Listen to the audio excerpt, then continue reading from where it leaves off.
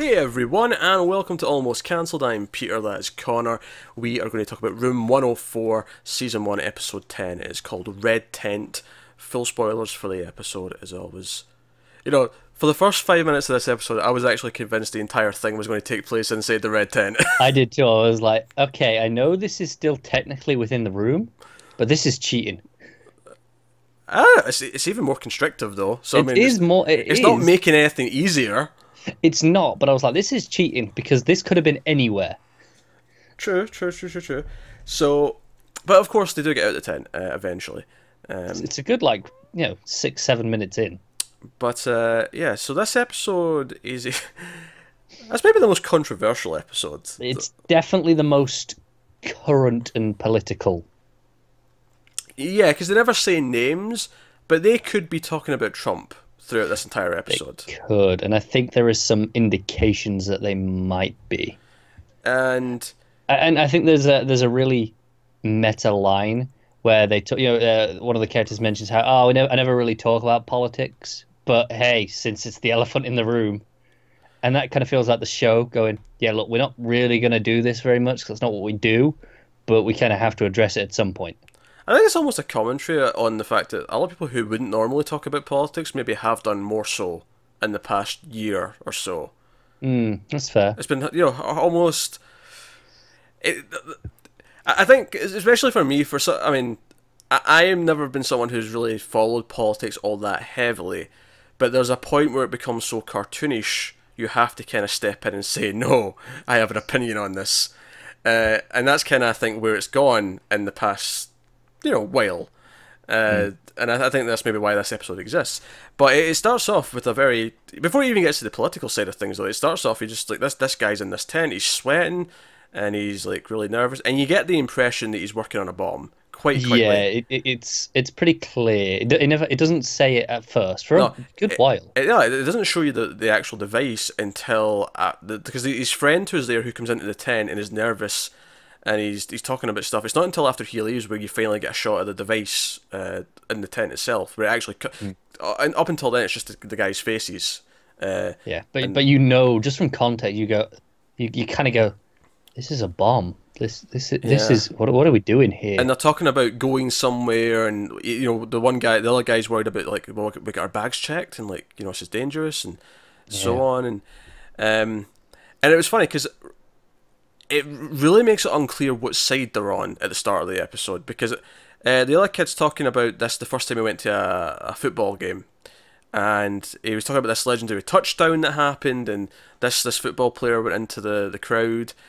And he mentions, and in fact, I had no idea who this guy was, but I just get from the context of the story what he says later that this football player was black, and he was so happy with this big move that he went into the crowd and he started, like, shaking hands and hugging fans in the stands, and one of them was this guy's father, and the guy mentions that he thinks that's the first time that his father and, like, some of these people had probably ever even touched a black person, and I'm like, is he saying that from the side that he's racist and he thinks that's wrong, or is he saying that as in he's critiquing his family for their thoughts? At that moment, I was reading it at that one, like, in the moment, it was he kind of had an almost, it was the disgust in his voice when he said, they'd never touched. To me, I leapt to that at least.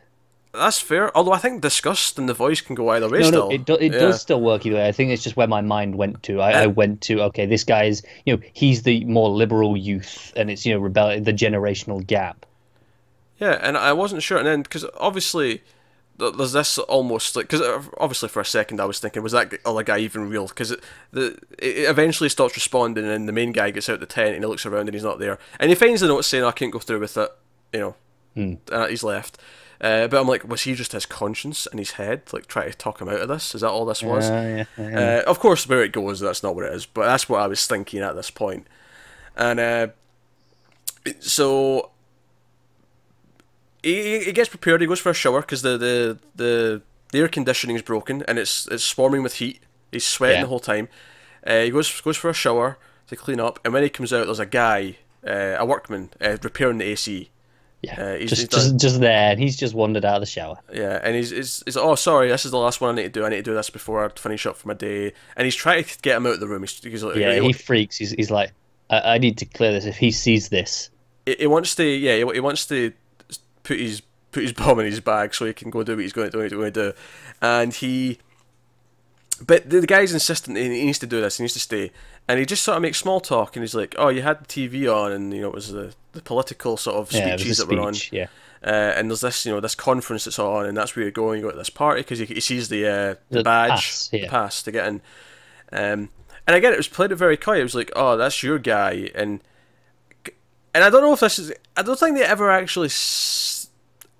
Actually, they do kind of hint at who they're talking about as the right wing person, right? They do. Yeah, because they very clearly talk about how he's going to deal with immigration and he's going to deal with this and and the AC repair guy, he mentions about like gay rights and stuff. He cracks a joke that if this basketball player asked me to marry him, I'd maybe reconsider my stance. But it was, and when he said that, we cut back to our main character. He has this look, and I kind of go, okay, I'm assuming then now from this context, like, okay, he's gay because of the way he reacts to this. With the guy at the start, maybe they were a thing. I never got that. I never got. I can see it now. You're saying it. I never got that. I didn't at the start of this thing because obviously I was so focused on the bomb. But I was like, what's going on here? For me, what that moment did, it told me more what side he was on, because then it felt like he was pretending for the conversation's sake, but he didn't believe anything he was saying. But the way he looked, it looked personal to him. Yeah, and so he's planning to try and assassinate this candidate, and which is interesting because it's extremism from the left side of the aisle, basically. Yes. And I think the point of this episode is to show that just someone with different political views, because this guy, he indicates that he's on this other side. He indicates that he's probably going to vote for this guy for X, Y, and Z reasons, but he seems okay. This guy doesn't seem like an asshole. He's a perfectly normal, nice guy. Yeah. Doing his job. He's done a 12-hour day. He wants to get home to his wife. Yeah, he's humanising him. He talks about his son, because that's the big clinching moment, is that he's almost out the door with the explosive device, and the guy's like, oh, my son's going to that thing, because he mentions his son's college age, and he's there for a college thing. Yeah. So, he's there. Yeah, you might see him, and it's like this final sort of moment of humanity that might convince him not to go through with it. But yeah, I think the ultimate point of the episode is that it's the other, not everyone on the other side of the argument, regardless of what side you're on, is an extreme nut job who, Yeah, it's kind of like people are going to have different views, and that's okay. They can still be perfectly nice people, even if you disagree with them fundamentally on many issues. Of course, there are the people who are not okay people. Of course, there's a lot of those.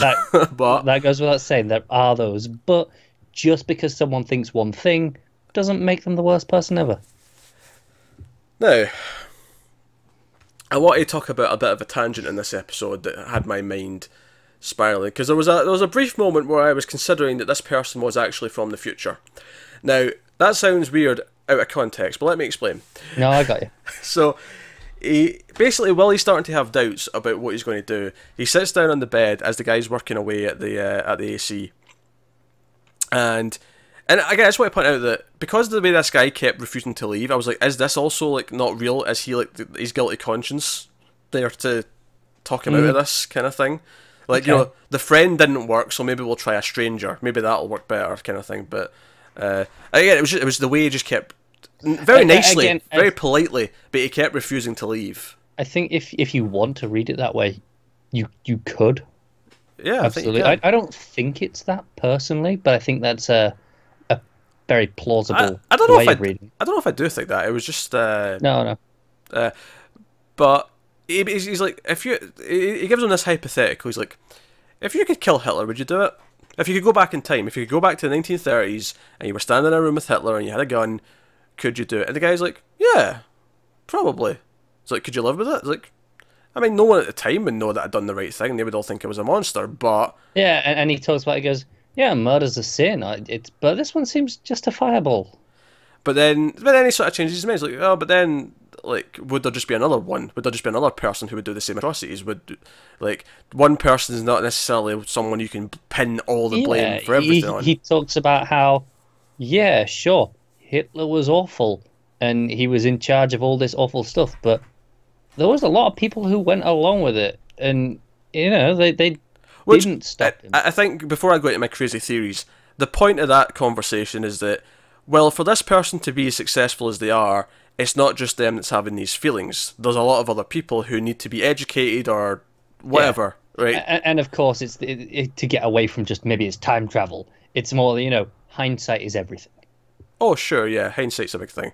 But I think that's the other point, is that if you're looking at this as a problem, it's not just the one person who's the problem. It's that you have to, on a society level, Yeah, teach people and make them understand maybe what what they're not one person understanding. becomes the flag bearer. They become the standard, and you know they're the rally symbol, but they're not the entire problem. Yeah. But to go to some more fun theories, so he's talking about this time travel, and he even's like when he's explaining it, he's like, "Oh, like Back to the Future, DeLorean, 88 miles per hour." Um, but it's when they're debating it, and he's like, "Yeah, but he killed," because the other guy, the repairman says 3 million Jews or 2 million Jews, whatever he says, and he corrects him and says 6 million. He's like, "Well, still six, even more so my point," and they keep going, and then our main character, Alex, he says 11 million in a later sentence, and I went, "Wait a minute." Is he from the future? And whoever's going to be elected right now, does that lead to an 11 million Holocaust? Is that what that just confirmed? And then he sort of says, "Oh, it's six plus five others because it's from World War Two and everything Sounds else." perfectly plausible. Yeah, it sounds plausible. But for a second, when he said 11, I'm like, is that what he's trying to prevent? Is that what he's back in time? He's trying to prevent this. And maybe that's just my insane ideas running away with me, I but think it might be on this one. I'm not gonna lie. it probably is. And like I say, I think it works very well. As it Either is way, anyway. this is like we talk about this show, you know, every so often. It's like, oh, this could be something supernatural, but it might not be. And part of the fun is, hey, you can read it how you like. So if you want to read this as oh, he is from the future, there is nothing in this episode that contradicts that. That Yeah. says no, he can't be. He's come back to kill this future, for the sake of the episode, fictional president who's going to cause a lot of awful things, but he's having doubts. Like, is it still the right thing to do? Will it actually fix anything? And the weird thing is I think it actually works just plot wise either way, and the messages still work regardless. It does. It does absolutely. I will say this is probably the best episode of the show since, maybe even just the best episode. It might be, yeah. I think it's notable that this is such a good episode with it being, you know, so current and topical, because it feels like it's got a bit more weight to it than, you know, some of the just a lot of them are good, and some of them are like, oh, here's an idea, let's do this. Whereas this one feels like, no, we have a message with this one. Yeah, there's a message. I think a lot of them have messages. They do have messages, but I think it's just a more relevant message than. Honestly, I'm not particularly fussed about it being current, really.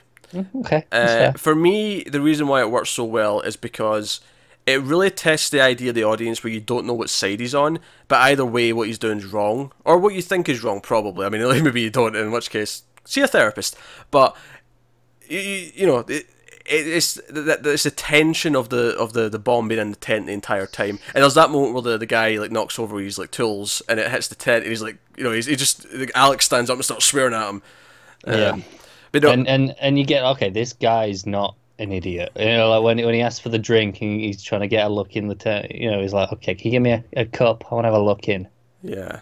So yeah, there's all these things, and it works quite well. And I think the messages that are there are quite clear. Human beings are human beings, and extremism like this is not justifiable in any side of the spectrum. And of ever. course, also the big one being for me that, yeah, you've got to fix it at society level, not just the one man. Yes, yes. So you know, solid messaging, also very tense main plot, just on a sort of surface level as well. Yeah, it was. And the inside of that red tent had a really cool look to it. You know, just because I don't think it reminded me of I think it was one of the earlier episodes. You know, when the lights changed and it went all red and ambient. Yes, yes. But it was you know, ultra, because it was the whole screen was just red, and then just you know, just a face.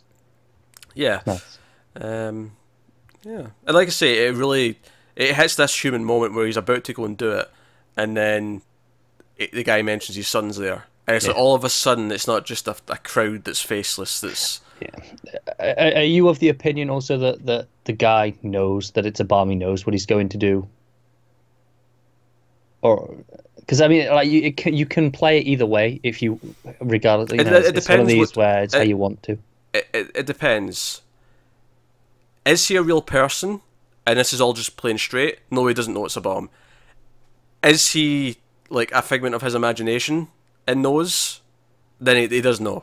Like, and See, that's this why is he's the there. thing, though. I think he could be a real person and know as well. I I don't think there's think so. enough No, there I that think he can. he plays it too cool. He's far too comfortable with everything to know. For Maybe. for me, if he knows and he's just a regular person fixing the AC and he's figured this out and he knows what's going on, he's unrealistic at that point. See, I He's don't too know if it calm. is because he's looking at this guy going, he's a big-ish middle-aged guy, and he's looking at this young scrawny kid. He's like, if it comes to it, I can probably take him out if it comes to that. I think he's looking at it that way. Um, I think if he is real and he constantly there's enough references that makes me think it is. Like at first when he wants the drink and he goes, "Oh, can you get me a cup?" because the germs. And then when he makes him sit down and asks for a drink, he just swigs it right out because he doesn't need to see that anymore. He knows what's going on, and him bringing up his son is actually an intentional choice of going. I know what you're gonna do. I've figured it out. There's enough here that makes me know, and I'm gonna just try and talk you out of it. It doesn't work for me. Okay. It just that was the thing. Him not wanting to leave and seeming to kind of like not interrogate, but like seeming to know things and seeming to want to know things. That was the stuff to me that said that he might not be real. Like he might just be in his head. But if he is real, for me, it just doesn't play as well. He's too calm. I just didn't read his. Okay. No, it works for me, but Yeah. that's Well, personal preference then at it's that open. point, I It's guess. open to interpretations, though. Clearly. It is. Um, I think I like it more if he is real and does know because it's like, okay, no, this is a regular guy on the other side who it really emphasizes that it humanizes people, that aspect of it, instead of it just being someone's conscience projecting it. that's the thing. I mean, forgetting that I don't think it works. I don't like it more. I actually like it less if he knows. Okay.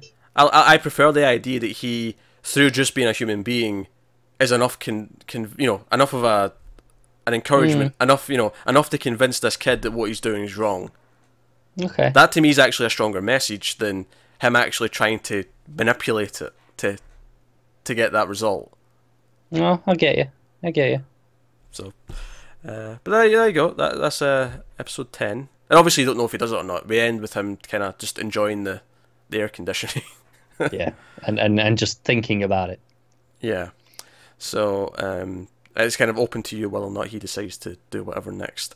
But I think the point is they end up sharing this moment. Yeah. This connection maybe implies that he won't go through with it. But there you go. So that is episode 10 of Room 104. So let us know what you think of this one in the comments below. Like, subscribe, all that stuff. Get us on Twitter at mailed_fudge for channel updates. If you want to support the channel, head over to patreon.com/mailedfuzztv. You can do that over there. But otherwise, that is us. So thank you very much for watching, guys. We'll see you next time. Have you got any vanilla?